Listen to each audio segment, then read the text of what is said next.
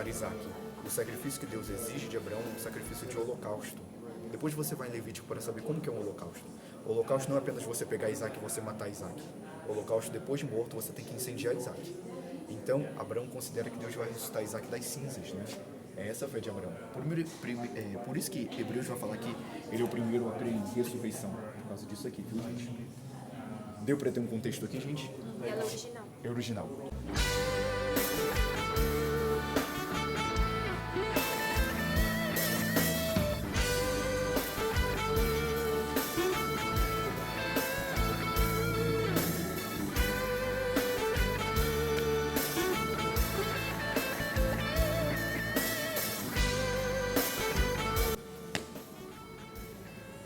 Aqui é bem legal porque esse vaso, ele era vaso em que eles misturavam o leite e o mel.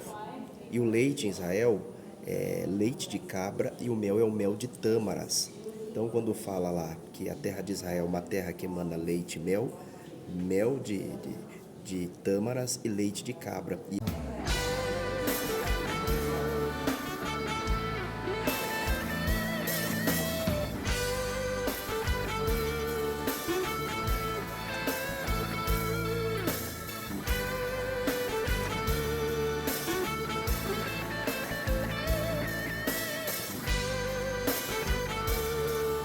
Olha só a adaga semelhante a que usavam os zelotes.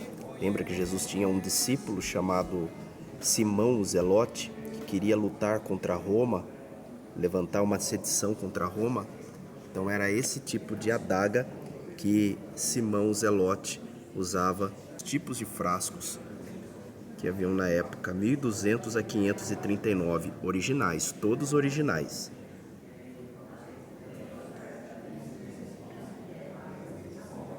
Esse é um cálice.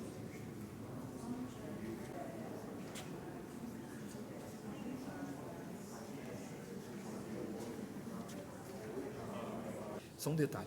Lembra aquele episódio que Raquel ela foge da casa de Labão e ela leva os terafins ou os deuses da casa do pai dela? Por vezes a gente pode pensar que deuses eles fossem apenas uma lembrança de uma adoração, uma alusão aos deuses. Mas deuses poderiam servir para dois propósitos, gente. O primeiro poderia ser realmente alusão aos deuses ou poderia ser uma escritura de terra. Então você garante a escritura de terra por meio de uma estatueta que é um deus.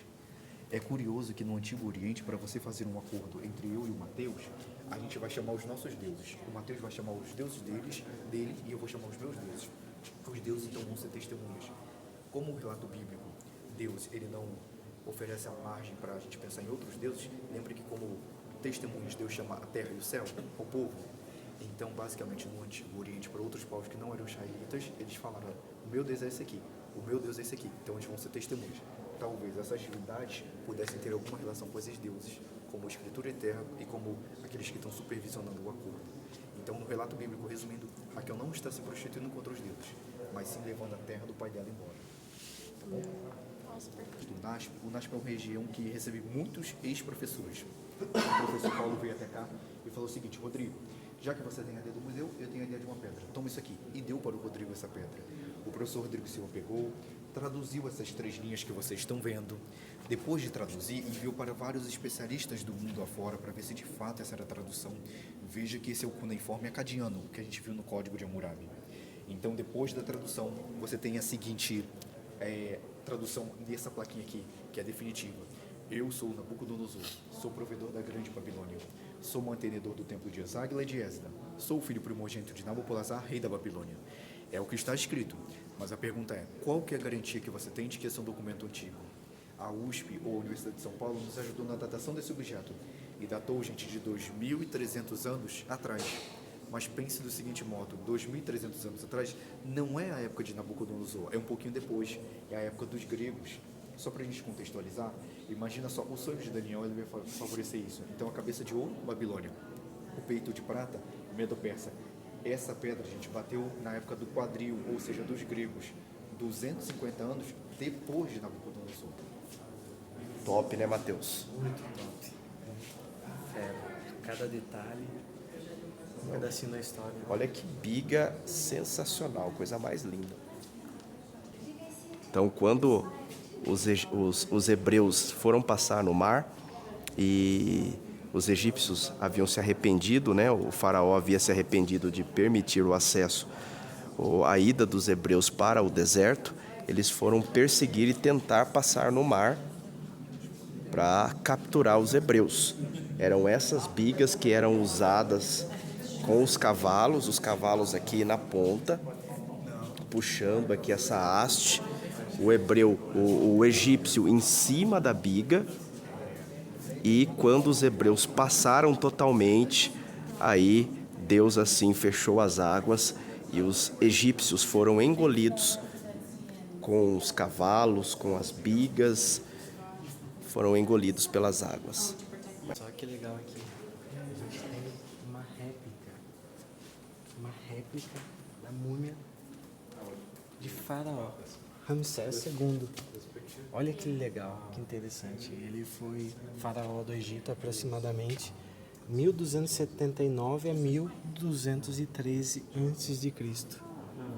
E é legal que provavelmente a réplica desse carinha aqui deitado foi um homem que teve pelo menos, segundo os estudos e as pesquisas, pelo menos 90 filhos. Uau! Olha só, esse carinha aqui, ó.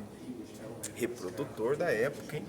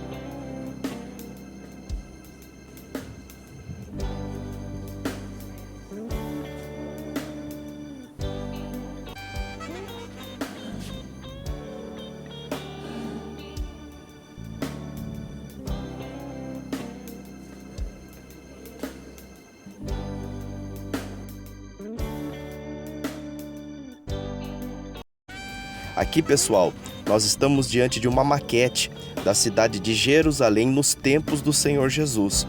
Olha só aonde era o templo construído por Herodes, o templo em que Jesus frequentava. Olha só os detalhes do templo, o pináculo do templo onde Jesus foi tentado. Muito bom mesmo. Ao lado, a Fortaleza Antônia. Olha só que bacana isso. Vai aparecer agora o tanque de Betesda e bem ao lado do muro o tanque de Siloé, em que Jesus coloca lodo no cego e fala para ele se lavar. Aqui, pessoal, um capacete e uma espada da escuderia romana. Na parte superior do vídeo, reparem, é um calcanhar de um crucificado do primeiro século com um prego atravessado. Meu Deus! Estátua da deusa Diana dos Efésios. Aqui é citada no livro de Atos dos Apóstolos.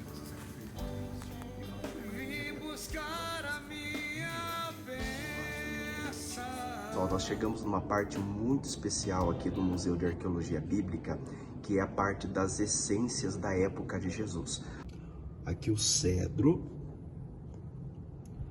o alecrim, a canela e o nardo. Agora eu vou pegar a câmera aqui, ó. Tá gravando? Mateus vai sentir um por um aqui, ó. Primeiro o alecrim. É bom, Mateus? Esse é o cedro. É muito bom. Esse é o cedro. Primeiro o cedro. É muito bom, muito marcante. Ele é um perfume mesmo, né? O alecrim. Totalmente diferente. Muito bom. A canela. Canela. Bem diferente. Apesar de serem nomes conhecidos, né? Alecrim, canela. mas muito diferente, é marcante. Talvez seja pelo recipiente que armazena também. E esse é o nardo. E o nardo é muito conhecido, né, Mateus? Sensacional, muito. E ele é, pra mim, o que mais tem um perfume diferente, sabe? É muito bom. Então aqui, pessoal, olha, com essas essências, lembram quando o Senhor fora crucificado? Chega aqui, Mateus.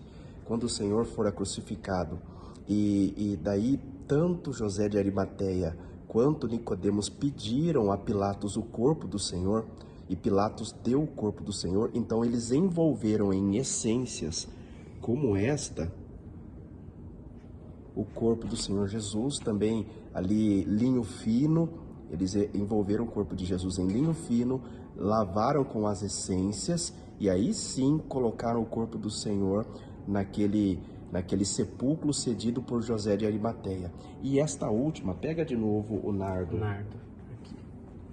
Essa última que Mateus sentiu, eu também senti a essência.